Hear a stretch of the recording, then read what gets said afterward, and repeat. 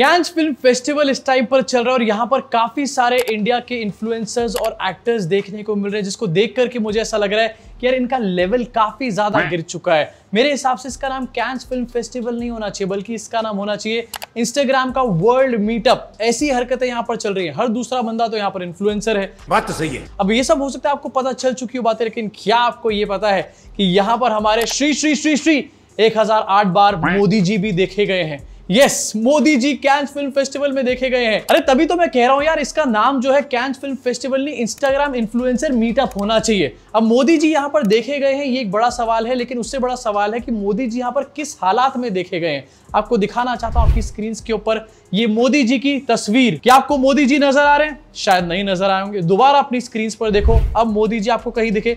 अभी भी नहीं दिखे। एडिटर साहब जरा जूम इन करके यहां पर दिखाओ मोदी जी को, दिखाओ जरा सेंटर में मोदी जी कैसे हैं। आपकी स्क्रीन के ऊपर जूम इन करके मोदी जी यहां पर नेकलेस के ऊपर बने हुए हैं। इनफैक्ट कमल भी आपको नजर आ जाएगा। छी यार छी, मतलब मोदी जी को नेकलेस पे यहां पर बना रखा है, हद होती है किसी चीज की। वैसे इस फोटो और इस भक्ति को देखने के बाद कहा जा सकता है कि यही है पापुआ की एक्चुअल परी। अब आपने बहुत सारे एंट्री लेवल भक्त तो यहां पर देखे होंगे, लेकिन ये है एग्जिट और लास्ट लेवल की भक्ति। मोदी जी को अपने नेकलेस पे यहां पर छापने का काम कर दिया है।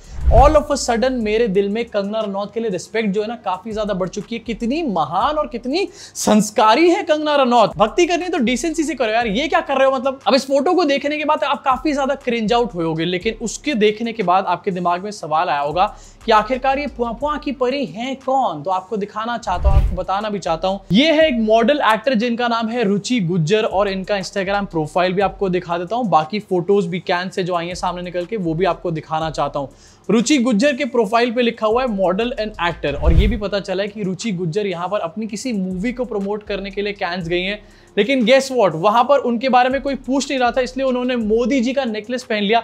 अरे अब तो पूछ लो मूवी के बारे में, बट गेस व्हाट, अभी भी इस मूवी के बारे में कोई भी बात नहीं कर रहा। अल्टीमेट पनौती प्रो मैक्स, और पहनो ऐसे ऐसे नेकलेसेस। अब जहां पर रुचि गुज्जर पहुंची हुई है, इस तरीके की हरकतें कर रही है, मूवी को प्रमोट किया जा रहा है, इससे एक बड़ा सवाल कैंस के ऊपर भी खड़ा होता है। कैंस जो एक टाइम पर बहुत बड़ा फिल्म फेस्टिवल माना जाता था, अब वो इन्फ्लुएंसर्स को बुला कर एक रेलेवेंस गेन करने की कोशिश कर रहा है। साथ में इस तरीके से पैसे लेकर लोगों की फिल्म को प्रमोट किया जा रहा है कैंस फिल्म फेस्टिवल में। आखिरकार कैंस फिल्म फेस्टिवल की ऑथेंटिसिटी, क्रेडिबिलिटी इसके बाद बच क्या जाती है? अब यहां पर कैंस फिल्म फेस्टिवल चल रहा है और मोदी भी यहां पर नजर आए, लेकिन असली एक्टिंग जो है वो चल रही है हमारे देश की मीडिया के स्टूडियोज के अंदर।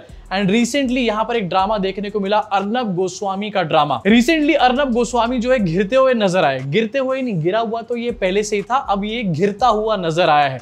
बट आयरनी तो ये है कि जो आदमी और उसके रिपोर्टर्स और लोगों को घेरने का यहां पर काम करते हैं, उन्हीं को ही किसी ने यहां पर घेर लिया। हो गया ना यहां पर पूरी तरीके से पोपट। टीआरपी के चक्कर में इन भाई साहब ने एक न्यूज चलाई, जहां पर इन भाई साहब ने बताया कि टर्की में कांग्रेस का एक बहुत बड़ा ऑफिस है। अब ये सब चीजें इस बीच में करी गई जिस टाइम पर इंडिया में बॉयकॉट टर्की की बातें चल रही है, क्योंकि टर्की ने पाकिस्तान को इस पूरे कॉन्फ्लिक्ट के बीच में अपने ड्रोन सप्लाई करने का काम किया था, जो कि पाकिस्तान ने इंडिया में काफी बार भेजे भी थे। इसलिए टर्की को बॉयकॉट किया जा रहा है। एंड इसी के बीच में भाई साहब को चुल मचा और इनकी रिसर्चर्स ने पता नहीं कौन सा माल फूंक के इनको ये बताया कि टर्की में कांग्रेस का ऑफिस है। वेयर एज ये जो बिल्डिंग दिखा रहे थे वो टर्की में कांग्रेस का ऑफिस नहीं है। आपकी स्क्रीन के ऊपर इस बिल्डिंग का नाम है इस्तांबुल कांग्रेस सेंटर। अरे अर्नब अंकल, हर कांग्रेस नाम की चीज जो है या फिर बिल्डिंग जो है वो कांग्रेस का ऑफिस नहीं होती है। अब जितना ब्रेनलेस अर्नब गोस्वामी है, उतनी ब्रेनलेस यहाँ पर उसके व्यूअर्स भी हैं। कौन ही क्रॉस चेक करेगा? यहाँ पर जो फोटो इसने दिखाई वो कांग्रेस के किसी भी ऑफिस की नहीं थी, बस उस बिल्डिंग का नाम यहाँ पर कांग्रेस था, इसलिए कांग्रेस का उसको ऑफिस बता दिया। कल को कोई ऐसा ना हो कि अर्नब गोस्वामी यूएस के जो कांग्रेसमैन है उन सबके सबको आईएनसी यानी कि इंडियन नेशनल कांग्रेस का सांसद यहाँ पर बताना शुरू कर दे, या फिर इस बिल्डिंग को कांग्रेस का होटल बताने का काम कर दे, या फिर इस रेस्टोरेंट को कांग्रेस का रेस्टोरेंट बोलना शुरू कर दे। कुछ भी हो सकता है भैया। मतलब लॉजिक कहां है इनकी बातों के अंदर, कुछ भी कहीं समझ में नहीं आ रहा। इंडियन मीडिया के फैक्ट्स का स्टैंडर्ड कितना ज्यादा गिर चुका है, इससे साफ हमारे को पता चलता है। कुछ दिन पहले ये लोग कराची में और लाहौर में बैठे हुए थे, एंड उसके बाद पूरे नेशन ने इनको कॉल आउट करने का काम किया, लेकिन इसके बाद भी ये लोग सुधरे नहीं है। अब इस मैटर में इतना ज्यादा हल्ला मचा कि अर्नब गोस्वामी को सॉरी बोलना पड़ा। अर्नब की अपॉलॉजी आपकी स्क्रीन के ऊपर भी आप देख पा रहे होंगे। An incorrect image was inadvertently used, erroneously depicting a building as Congress office in Turkey by a video editor on the digital desk due to a technical error। यहाँ पर दिखाया जा रहा है कि एडिटर की गलती की वजह से ही हुआ है। वेराज अर्नब गोस्वामी खुद यहां पर बता रहा है कि आखिरकार ये बिल्डिंग कांग्रेस की बिल्डिंग है टर्की के अंदर। अब अगर वो इसको रेफर नहीं कर रहा है तो आखिरकार कौन सी बिल्डिंग को रेफर कर रहा है? अपनी गलती को एडिटर की गलती बताया जा रहा है, लेकिन माफी मांगी जा रही है रिपब्लिक के द्वारा। बट ऐसा लग रहा है कि कांग्रेस शायद यहीं पर रुकने के इस टाइम पर मूड में नहीं है। कांग्रेस ने क्या ग्राफिक पोस्ट किया आपकी स्क्रीन के ऊपर, time to face the music, sorry, और बीच में आर जो है रिपब्लिक टीवी का यहां पर लोगो लगाया गया, नीचे लिखा गया है it's not enough. It's not enough से तो ये समझ में आ रहा है कि भैया अभी और तोड़ाई होने वाली है यहाँ पर अर्नब गोस्वामी की। आने वाले टाइम में पता चलेगा कि आखिरकार अर्नब को कहां और किस किस तरीके से कूटा जाएगा। लेकिन अर्नब अभी के लिए the nation wants to know कि आखिरकार आप और आपकी टीम कौन सा माल फूंक रहे हैं आजकल। अर्नब की हालत ना बिल्कुल खानदान की बुआ जैसी हो चुकी है, जिनके ऊपर कोई भी ट्रस्ट नहीं करता, लेकिन फिर भी वो गला फाड़ फाड़ के हर रोज आ जाती है एक नई गॉसिप सुनाने के लिए। अर्नब को आप देख सकते हो टीवी के ऊपर, लेकिन तब देखा करो जब आपको कोई नेटफ्लिक्स के ऊपर मूवी ना मिल रही हो, जब आपको एंटरटेन होना हो। अगर आपको न्यूज देखनी हो तो अर्नब मत देखो, आप मेरा चैनल यहाँ पर देख सकते हो, लेकिन उसको देखने के लिए आपको सब्सक्राइब करके बेल आइकन दबाना पड़ेगा। बट यार सीरियस नोट पे सोचने वाली बात है, अभी रिसेंटली इन लोगों का इतना ज्यादा मजाक उड़ा है, फैक्ट चेक के नाम पर इतनी ज्यादा बेइज्जती हुई है, ये लोग किसी भी चीज को वेरीफाई नहीं करते, क्रॉस चेक नहीं करते, सब चीजों पे बात करेंगे, लेकिन फिर भी इन लोगों को अकल नहीं आ रही। आपको इनफैक्ट अर्नब के अलावा भी दिखाना चाहता हूं, सबके सब एक ही ढर्रे पे चल रहे हैं। नया सुपर पावर बना भारत, भारतीय हथियारों की बड़ी डिमांड, 17 देश खरीदने को पागल, ट्रंप सन हो चुका है पूरी तरीके से। अभी तक तो इंडिया इनके हिसाब से विश्व गुरु था, लेकिन अब सुपर पावर बन चुका है। यस, मेरा चैनल भी यहां पर ध्रुव राठी से आगे निकल चुका है। भारत पाकिस्तान जंग में कूदा इजराइल, ऐलान से पाक में भगदड़, पूरी कॉन्फ्लिक्ट की सिचुएशन खत्म हो चुकी है। लेकिन इनके हिसाब से इनके स्टूडियोज में अभी भी एक जंग चल रही है, जिसमें अब इजराइल भी कूद चुका है और अब पाकिस्तान में हड़कंप मचा हुआ है, लोग भाग रहे इधर उधर, है बचाओ। इनफैक्ट एक और देखो अपनी स्क्रीन के ऊपर, फिर शुरू हो गया युद्ध। कहां से लेकर के आ रहे हैं, कौन इनको ये सब नॉलेज दे रहा है निकल करके। एंड सबसे बड़ी बात यह कि इनके ऊपर एक भी कोई कार्रवाई नहीं होगी, इतने बड़े लेवल पर फेक न्यूज ये लोग फैला रहे हैं। लेकिन अगर कुछ लोग यहाँ पर सच बोल देंगे ना यूट्यूब पे निकल के, तो या तो उनके चैनल के ऊपर स्ट्राइक मार दी जाएंगी या फिर उनके चैनल को उड़ा दिया जाएगा पूरी तरह। मिल गई लोकेशन, भारत आएंगे दाऊद, हाफिज सईद और मसूद अजहर। लोकेशन मिल गई है भैया, गूगल मैप्स पे भेजिए सीधा दाऊद इब्राहिम ने अभी। इन सबकी इन हरकतों को देखने के बाद मैं इनसे तो कोई सवाल पूछना नहीं चाहता, लेकिन आपसे पूछना चाहता हूँ, या फिर आप में से बहुत सारे लोगों से पूछना चाहता हूँ कि यार क्यों अभी तक इनके चैनल को आप लोग ब्लॉक नहीं कर रहे हो? रिपोर्ट करो इनके चैनल्स को, ब्लॉक करो इनके चैनल्स को, नहीं तो ये इसी तरीके से हमारे देश के अंदर, समाज के अंदर एक जहर घोलने का काम करेंगे। सिर्फ यही टीआरपी का नंगा नाच चलता रहेगा, कोई मतलब ही नहीं है इनको सच से या फिर देश से, इनको सिर्फ टीआरपी और एडवर्टाइजर्स चाहिए अपने पास। इसी साथ आगे बढ़ना चाहता हूँ, एक और खबर के बारे में बात करना चाहता हूँ। रिसेंटली अशोका यूनिवर्सिटी के एक प्रोफेसर को अरेस्ट कर लिया गया है। अब इस प्रोफेसर को जो अरेस्ट किया गया वो किस लिए किया गया पता है? क्योंकि इसने एक पोस्ट कर दिया था। यस, पोस्ट करने के लिए अरेस्ट कर दिया। मैं कमेंट करूं या ना करूं, कहीं मुझे तो अरेस्ट नहीं कर लेंगे ये लोग। अभी पोस्ट में जो इन्होंने बातें लिखी वो लॉजिकल थी, और शायद यही प्रॉब्लम है, टीचर होकर के, प्रोफेसर होकर के आप लॉजिकल बातें क्यों कर रहे हो यार?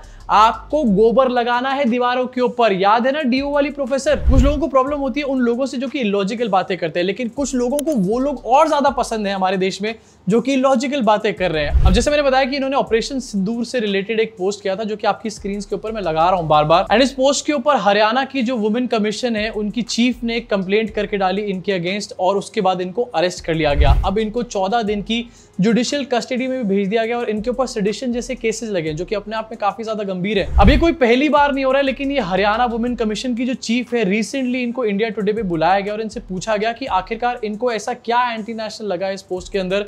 इनसे जब बार बार ये बात पूछी गई तो ये इसका आंसर ही नहीं कर पाई। जो बात हरियाणा वुमेन कमीशन ने अपनी कंप्लेंट में पहली बार बोली थी, उसको ही ठीक तरीके से वो बैक ही नहीं कर पाई अपने पूरे के पूरे इंटरव्यू में। और इससे साफ ये बात पता चल गई कि ये एक टारगेटेड मूव था पूरी तरीके से। अली खान इनका नाम है, इस वजह से इनके ऊपर ये एक्शन लिया गया। नहीं तो हरियाणा वुमेन कमीशन की जो ये चीफ है, इनको उस टाइम पर बुरा नहीं लगा जिस टाइम पर मध्य प्रदेश के मिनिस्टर विजय शाह ने हमारे देश की आर्मी को इंसल्ट करने का काम किया था। ऑपरेशन सिंदूर में कर्नल सोफिया कुरैशी, जिनका एक बहुत बड़ा रोल था यहाँ पर, उनको इंसल्ट करने का काम किया गया। लेकिन उस टाइम पर यहाँ पर हरियाणा वुमेन कमीशन की चीफ को कोई प्रॉब्लम नहीं थी, उसमें कोई दिक्कत नहीं होती यार, वो तो बीजेपी का बंदा है। इनफैक्ट सरप्राइजिंगली तब इनकी नींद यहाँ पर नहीं खुलती जिस टाइम पर हरियाणा के अंदर बड़े बड़े दुष्कर्म के केसेस सामने आते हैं। अभी 26 अप्रैल को एक दुष्कर्म का मामला सामने आया, जहां पर एक महिला को उठा लिया गया, उसकी छोटी बच्ची को भी असॉल्ट किया गया है। उसके ऊपर इनका कोई स्टेटमेंट निकलकर सामने नहीं आ रहा। लेकिन नहीं भैया, अली खान के पोस्ट के ऊपर सबसे पहले मैं कमेंट करूंगी, उनकी कंप्लेंट में सबसे पहले करूंगी। दुष्कर्म जैसी चीजें अच्छा ठीक है, हाँ होती रहती है। अभी पोस्ट में फिर से दिखा रहा हूं आपकी स्क्रीन के ऊपर, मैं चाहूंगा कि पॉज करके आप इसको पढ़ना। जो लोग इंग्लिश नहीं पढ़ सकते वो किसी से इसको पढ़वाने का या फिर गूगल पे इसको ट्रांसलेट करने का काम करें। एंड ये बताएं कमेंट सेक्शन में कि आखिरकार अली खान ने यहाँ पर ऐसी क्या बात लिखी है जो कि वो सेडिशन का केस यहाँ पर डिजर्व करते हैं या फिर 14 दिन की जुडिशियल कस्टडी यहाँ पर डिजर्व करते हैं। नीचे कमेंट सेक्शन में बताना जरूर। इस मूव को देखने के बाद मेरे हिसाब से साफ ही पता चल रहा है कि ये लोग इस टाइम पर पूरी तरीके से बौखलाए हुए हैं। किसी को भी किसी तरीके से बंद कर दिया जाए, चुप कर दिया जाए, इसी के ऊपर इनका फोकस है। सरकार चलाने पे फोकस डालो, ये सब चीजें अपने आप इन प्लेस आ जाएंगी सर। अब आपका इसके ऊपर क्या सोचना है नीचे कमेंट सेक्शन में अपनी भड़ास को जरूर निकालना। और मोदी जी का नेकलेस जो है, मोदी जी कैंस में जो गए हैं, उसके बारे में आपका क्या सोचना है ये भी बताना नीचे कमेंट सेक्शन में। मैं आपसे मुलाकात करूंगा इस चैनल के अगले वीडियो में।